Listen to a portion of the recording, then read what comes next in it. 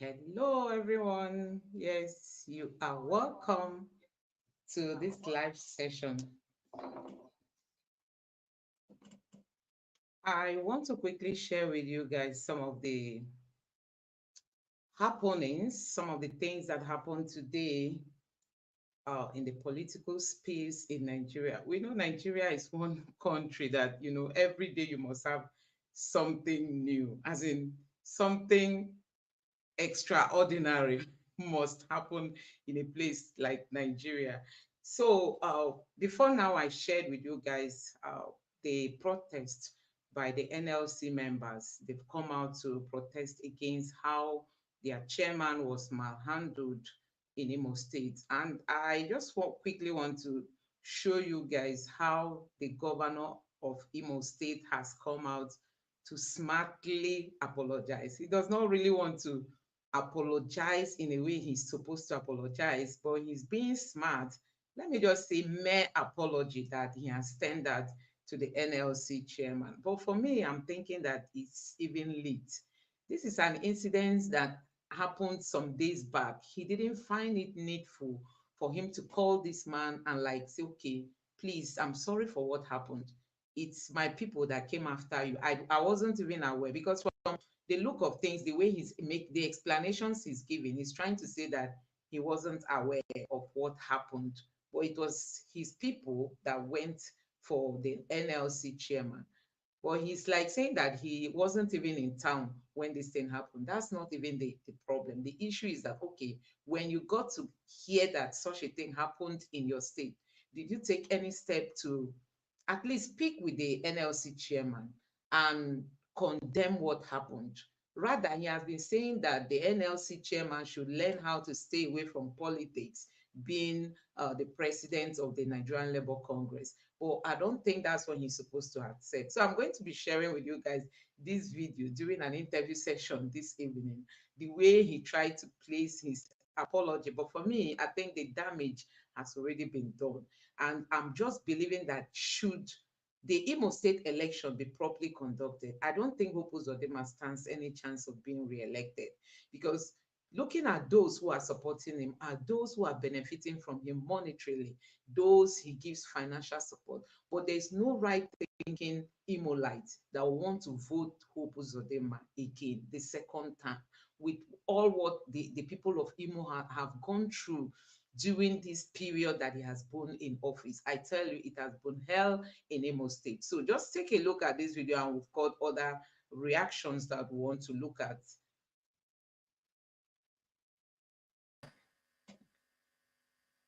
No, that is why I'm very surprised, because I was in Abuja when this thing happened. And the first thing I did was to place a phone call. And when I called, I asked what has happened. They told me. I spoke to the commissioner of police. He explained to me. I was not even aware that the president of Nigerian Labour Congress came into my state. I was not even aware. And what I did, I condemned the action. But however, it was an internal agreement between the labor union. It has nothing to do with my government. So, but ordinarily, whether George is the labor union president or not, if anything, such a thing happens to any human being, of course I must apologize because it's in my state. But what I don't understand is the Are you reason able for to the directly hostility. apologize to him, Governor Uzodinma? This happened directly to him, but are you able to isolate this matter and talk to directly to him? Assuming Mr. Ajero is watching tonight, what would you be telling him? Well, what I can say, because I'm a Christian and I believe in God and cannot support violence. I can never support act of violence. So whatever that has happened to Joadero in my state, which I am not aware of, can never be aware of, that led to him being assaulted, of course must be regretted by both my government, my person. But at the same time, going. Yeah, so you've seen the kind of apology he has tendered to the NLC chairman. I think these are politicians. They must learn to do better. It does not even remove anything from you. It doesn't change your name. It doesn't remove you from your seat as the governor. Should you tender an apology, a real apology, not being forced to apologize to the NLC chairman. We saw how this man was beaten. Honestly, they messed him up. They messed him up, and his image was being, circulated all over the places on the social media. People around the world got to see the NLC chairman being beaten to that extent. You could see his face, his eyes were swollen. He had patches of red places on his face and all that. But you can see the kind of apology. This is where the governor of Imo State deemed it necessary to come and apologize. I think he would have done this before now and done it in a more, respected manner. But I just leave it in the hands of the Imo people. On Saturday is the election. Go out there and decide the fate of your state. Nobody can change your state for you. You are the one to change it. Thank God that the Constitution has given us this right, through the ballot, to make some decisions. Although we have INEC still frustrating, some of these privileges that we have, but you will still go out there to play your own role. And let's see how INEC plays its own. We've been told to ensure that we stay at our polling units until these votes are counted, recorded, transmitted, and all that. Make sure that all the processes have been, have all taken place before you leave your polling unit. Defend your votes. Defend your vote. This election in Imo State is going to be very, very tough. I streamed a video before now where one of the police officers was saying that they are going to use gun trucks. They are going to deploy this on the air, on the land, the sea, and all that. So it's going to be a fearful moment, but I think it's also a time of transition. It's really a time that is going to determine the future of Imo State. The people of Imo have really suffered a lot under the government of Uzodinma. I think there's need for change. And I've urged the people of Imo to go out and vote for the Labour Party. We have a very good candidate. We know Apapa tried to ask INEC. They were like Apapa and his gang. They went to courts to tell the courts so that through INEC they will withdraw the governorship candidates of Imo State. But he has lost that case. The court has trashed out that application coming from Apapa and his cohort. So we have a very strong governorship candidate in the Labour Party in Imo State. Let's ensure we give him our support.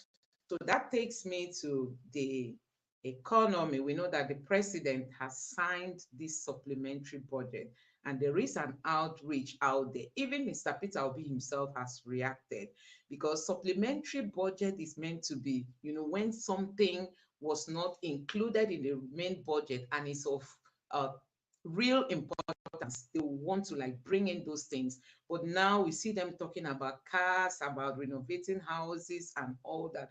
And there is this outreach because people are really hungry. I mean, Nigerians are hungry. Nigerians are really hungry. So many things. I watched a video where 2 people were being burnt in Anambra State for stealing, possibly. Who knows what they even stole? They might have stolen maybe a tin of milk or just one useless thing like that. And both of them were burnt. I mean, burnt real life. That's to tell you what Nigerians are going through. And recently in Lagos State, a student committed suicide. And he even videoed himself while taking in an insecticide. That is to tell you the level of suffering Nigerians are going through. Many people are depressed. People are suffering. I mean, people are suffering. Just check the prices of fuel and kerosene, all those other minor things that people need in their daily life. You can see that the prices have gone up, and there are people that will depend on whatever they get daily to feed themselves and their entire family.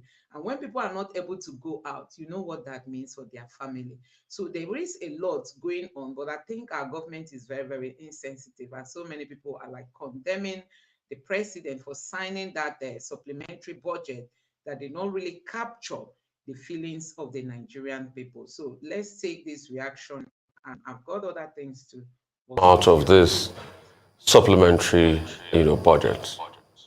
I think it was the candidate of the Labour Party that was speaking and talking about supplementary budgets are for things that are of more pertinent need. And that's why it is sad this morning that we finally passed the supplementary budget, where part of the need is for things around, the presidential villa, fixing things here and there, buying more cars for the First Lady, even though it's not a constitutionally recognized position, and many other things that went in, and most importantly, the yacht. And I'd like to stretch the yacht conversation further. I think there should be more investigation because there's more than meets the eyes.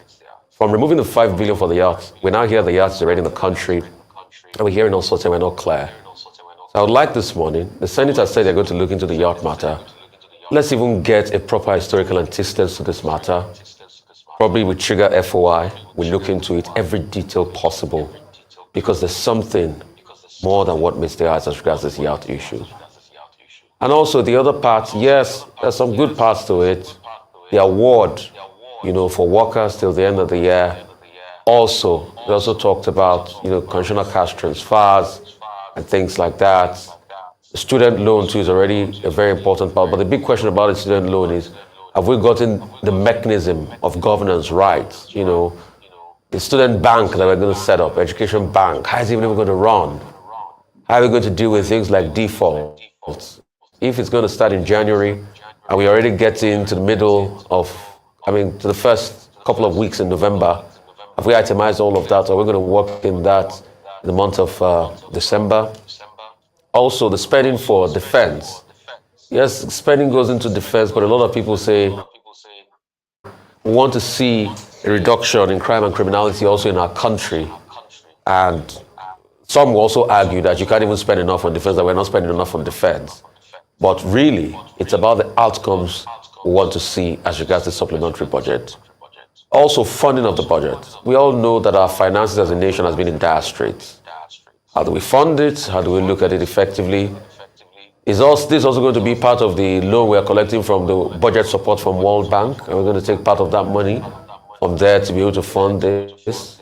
How is the money going to be disbursed? What's the accountability threshold? These are the many questions we'll have about the supplementary budget. Also stretching the conversation further, the budget performance. Because most of the time, budget performance will hover around a little over 50% to the 60% percentile. What's going to be the performance of this? How much do we even have in our arsenal? Which things are going to take priority in all of this? That's the big question we need to ask. But all in all, what we constantly call for is a great level of accountability. When you look at it, I don't know why our leaders cannot take a haircut when they say people are suffering. While speaking here in one of the interventions, I had made mention of number 24 Sussex Drive, the official home of the Prime Minister of Canada, that because of $40 million to fix it, most prime ministers have just left it because they know there's going to be a backlash by the people. At the time Nigeria is saying, let's take a haircut, renovating presidential homes that the president will hardly live in, probably in Lagos and some other parts of the country. When you look at it, it begs many questions. Can we divert that money into many other things for the use of the people?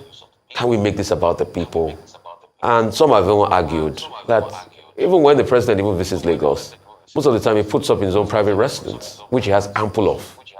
So this presidential lodge in Lagos and all of that, it just begs many, many questions. But we should be careful. The people are watching. Let's make accountability and integrity the order of the day. I wish us a lot of luck. God bless Nigeria. The governorship candidate of the All Progressive Congress in Kogi State, Usman Ododo, is calling. Yes, so guys, Rufai really captured some important points. This government is fond of making promises they cannot even keep. They like saying things that they've not really analyzed very well. We know how they remove fuel subsidy. And somebody finally came again on Arise Television to tell us that it was not even the president that removed fuel subsidy, that it has been removed before then. So we have a lot of conflict when it comes to the kind of information we get from the APC, especially the APC as a party since the time of Buhari and even the current president. the kind of information they release to the public is always like a kind of being opaque. You can't really get clarity from what they are saying.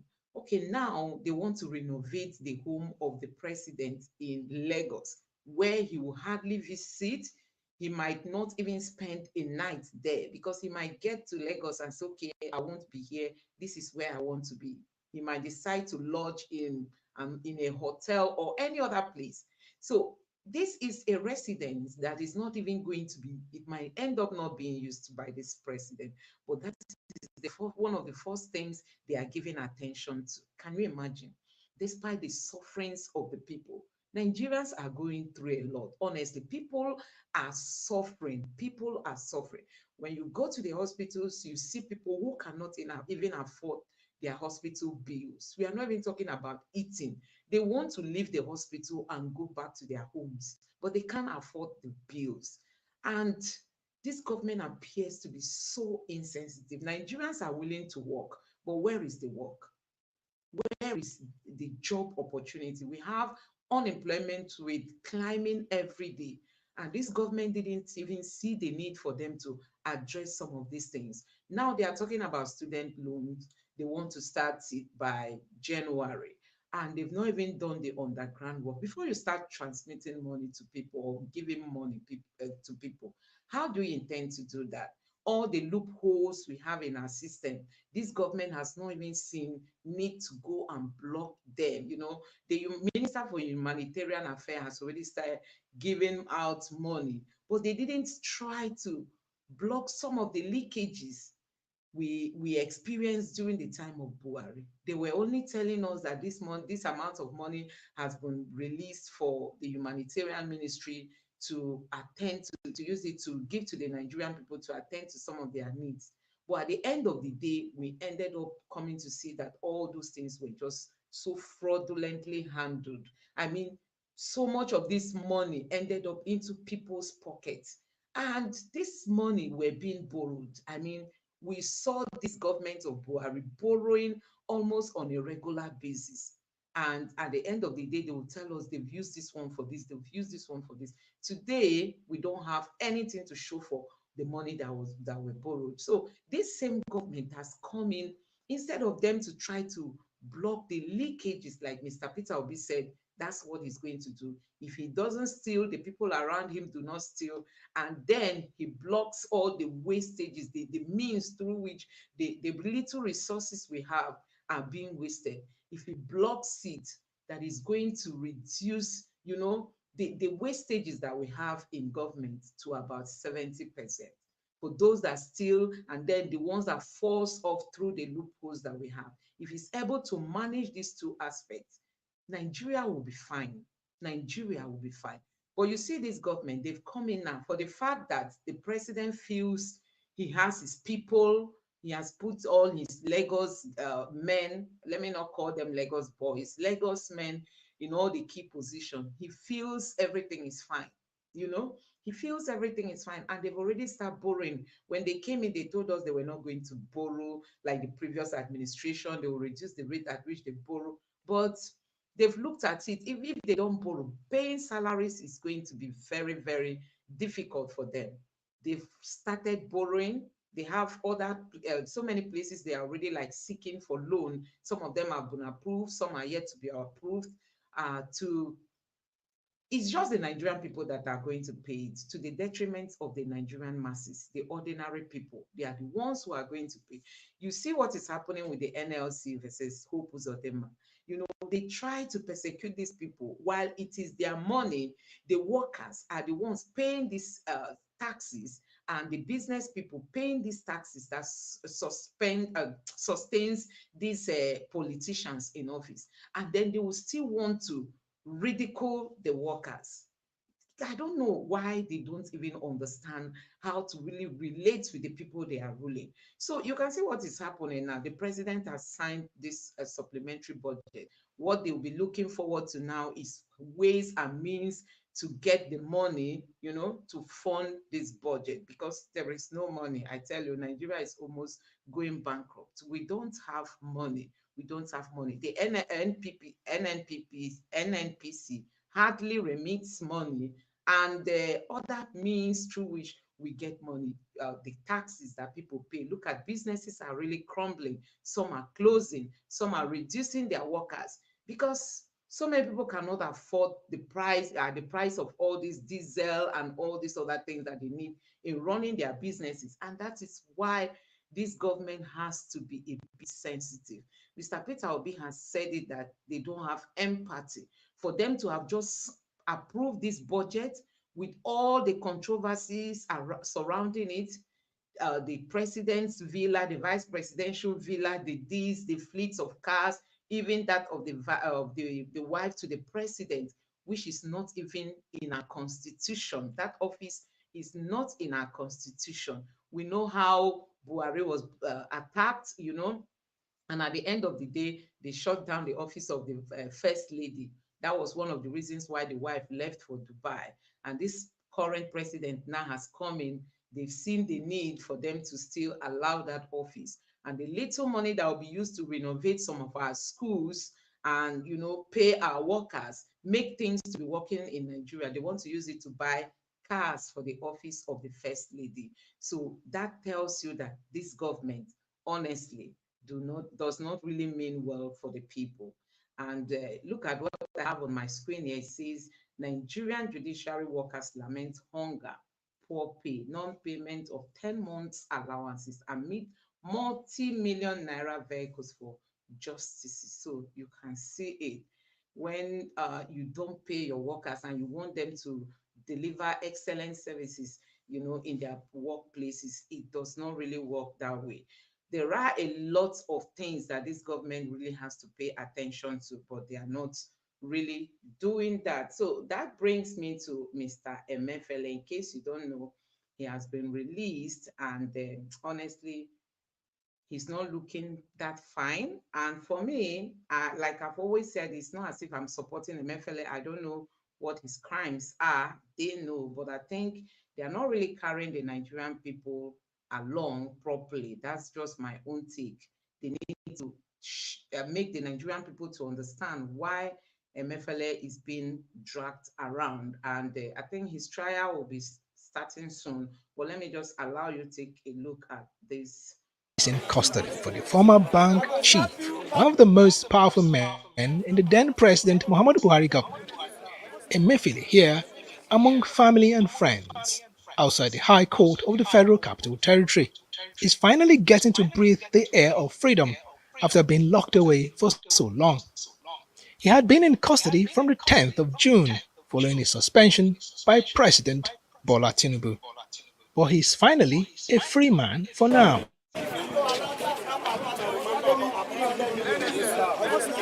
But in the courtroom, the trial judge, Olukayode Adeniyi, believes the rights of the former bank chief had been overly breached by being held in captivity for longer than necessary, and reinforced the order of November 2 for his unconditional release from custody. The judge admitted Emefiele to bail, ordering his team of lawyers, led by Matthew Bukar, to ensure he is produced in court on November 15 for his trial on alleged procurement fraud.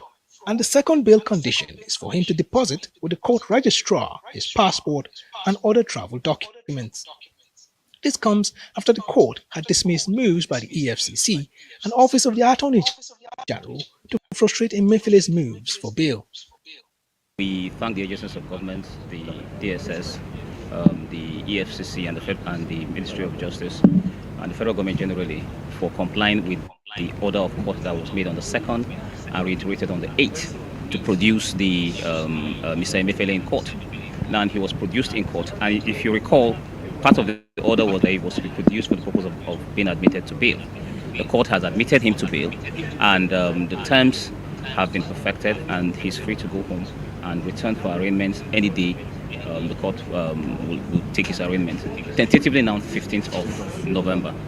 Exactly a week from this Wednesday, Emefiele will be facing yet another legal hurdle at the same court before another trial judge. Godfrey Shemoge, Arise News. Yes, so guys, you've seen it. That is what Emefiele is yet to go through again being released, he's still going to face trial, and he has been asked to deposit his international passports and other documents so that he won't leave the country. Honestly, I don't really know. My only concern is that when a government comes in, they try to persecute or, to prosecute those who are not members of what they believe in, and they try to like leave those who belong to their own political party. So when Buhari came in, he went after the PDP members, saying that they are corrupt and all that. Today, Buhari's government is being seen as one of the most corrupt uh, government, together with the people he worked with. Look at what happened in the aviation sector. The Minister for Aviation that displayed an aircraft from Ethiopia, telling us it belongs to Nigeria. And we all know how much was wasted in that ministry. Today, nobody is prosecuting him. Don't forget the Accountant General that was caught with billions of naira, and today he is not being prosecuted. I heard the other day he was even given a chieftaincy title somewhere in the north. And so many of them, they stole and they made away with the money. Nobody's being called, to question it. And even this government that came in is supposed to, prosecute some of the people in Buhari's government. But why would they do it when it's APC? If this government should go after the APC members, they are going to frustrate any bid of re-election come next election. That's why they want to keep mum, and they will not do the needful. The only thing they know they can do is to go and borrow more money so that Nigerians will pay. Any 1 naira they borrow, you are the one to pay. And don't forget that most of this loan come in as dollars, meaning that you are even going to be servicing it using foreign currencies, not our naira.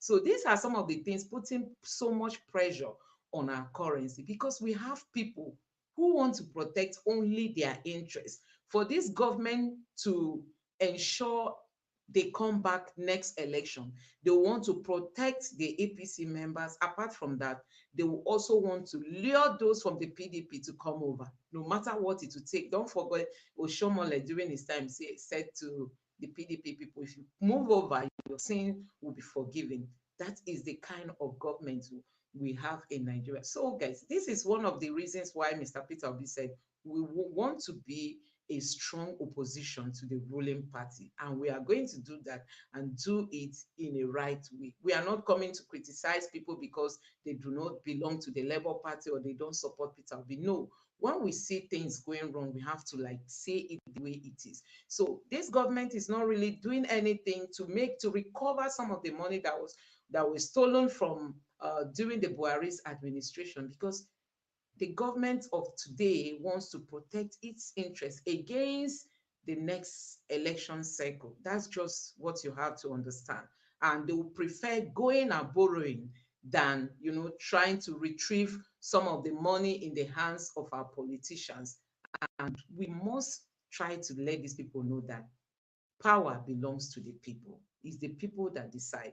And I'm believing that what happened during the 2023 presidential election will not repeat itself with the level of knowledge that Nigerians have today. So you can see that this government is not even really thinking about the people. They just want their interest to be protected.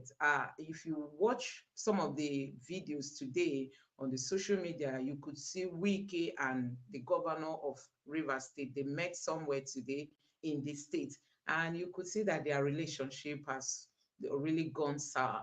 So, but my what I deducted from that video is that, okay, see how powerful Wike has made himself, because he is ruling or reigning as king in Abuja and even in his own state.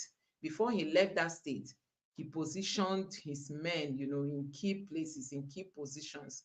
And that's why they wanted to impeach this sitting governor who has said he does not even know why they are coming after him. He doesn't know. And Wike has said he wants to destroy the structure he built, that the governor wants to destroy the structure he built in the state. So Wike is trying to indirectly tell Nigerians that for the fact that he's no longer the governor of Rivers State, he still wants to maintain his structure there, meaning that directly or indirectly, he wants to still be in charge of Rivers State. So you can see the callousness in our leaders, and nobody is calling Wike to order. Nobody. What the governor of Imo State did, the president has not even found need to call our governor of Imo State and try to like make the people understand that he is not in support of what happened to the NLC chairman in Imo State. And that is why they are protesting. Because if they don't protest, this kind of thing is going to repeat itself again. Possibly the next NLC chairman might equally experience what this one experienced. So guys, yes, this is what I have for you guys. And I want to also use this opportunity to advise the Imolite to go out and vote. Let's just take this last clip from Madam Onyeka, because she's also from Imo State, and she has got a message for the people of Imo come Saturday's election. Just take a look at this. My name is Adamazi Onyeka Onwenu. I'm from Arondizogo in Imo State. My state used to be one of the most peaceful, joyous, happy, hospitable places you could visit in the country. But that's no longer so. Now our streets are filled with blood. Our communities, our farmlands are decimated. Our youths are leaving. In a few days, November 11, to be exact, we will go to the polls to choose a new governor or re-elect a sitting governor. I thank everyone who has come out for their courage to do so, to rescue Imo State. All I want to say at this point is, for those in power and those in control, let there be peace. Enough of the bloodshed, enough of the killings, the kidnapping, the burning of houses and property. Enough of the threats, the intimidation, the harassment, the inducements, the bribery, the corruption. Enough for just the ambition of some people. Please remember that you do not own life, God does. Imo State will survive. Imo State will thrive. The world is watching. We have all it takes. May God help us. But enough is enough. Day one. Yes, people of Imo, go out there, cast your vote, protect your vote, ensure you vote for the Labour Party. We want a new Imo State, just like what is happening in Abia State. We want a replication of that in Imo State. We have capable hand. Mr. Chono is somebody who has also like helped his own community. He has a very good track record. I've been able to study him, and I've got to see that he's somebody who really wants to see Imo State work again. He's not really there for the money because he has made his money. And he's buying into the vision of Mr. Peter Obi. He's buying into his vision.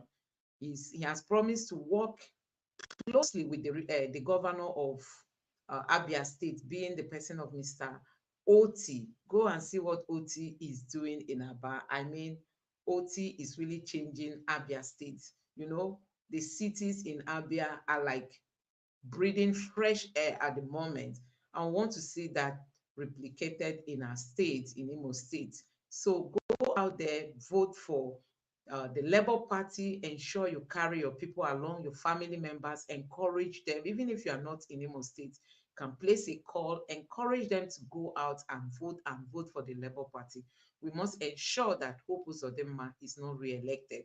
Don't forget that the Supreme Court once told us that APC never had a candidate before now. I think that was in 2015 also when he vied for this position initially. He is not supposed to be the governor of Imo State because the court ruled that APC didn't field any candidate. But at the end of the day, the same Supreme Court asked INEC to issue the letter of return to Hope Uzodinma. That's why we have him today as the governor of Imo State. He was not duly elected into that position, and he still wants to come back the second time, despite the hardship that the people of Imo State have gone through during this period. So we don't want that to repeat again. Go out there, cast your vote, ensure you stay back to protect your vote, defend your vote, ensure everything is concluded at the polling unit before you leave. Even the transmission should take place, whether INEC is going to use it or not. Just ensure that the processes are all completed before you leave, so that they don't tell us any story again. So guys, at this point, I want to say a very big thank you for joining me. Dr. Etel is engaged today, so that's why he is not here at the moment. He will be here tomorrow.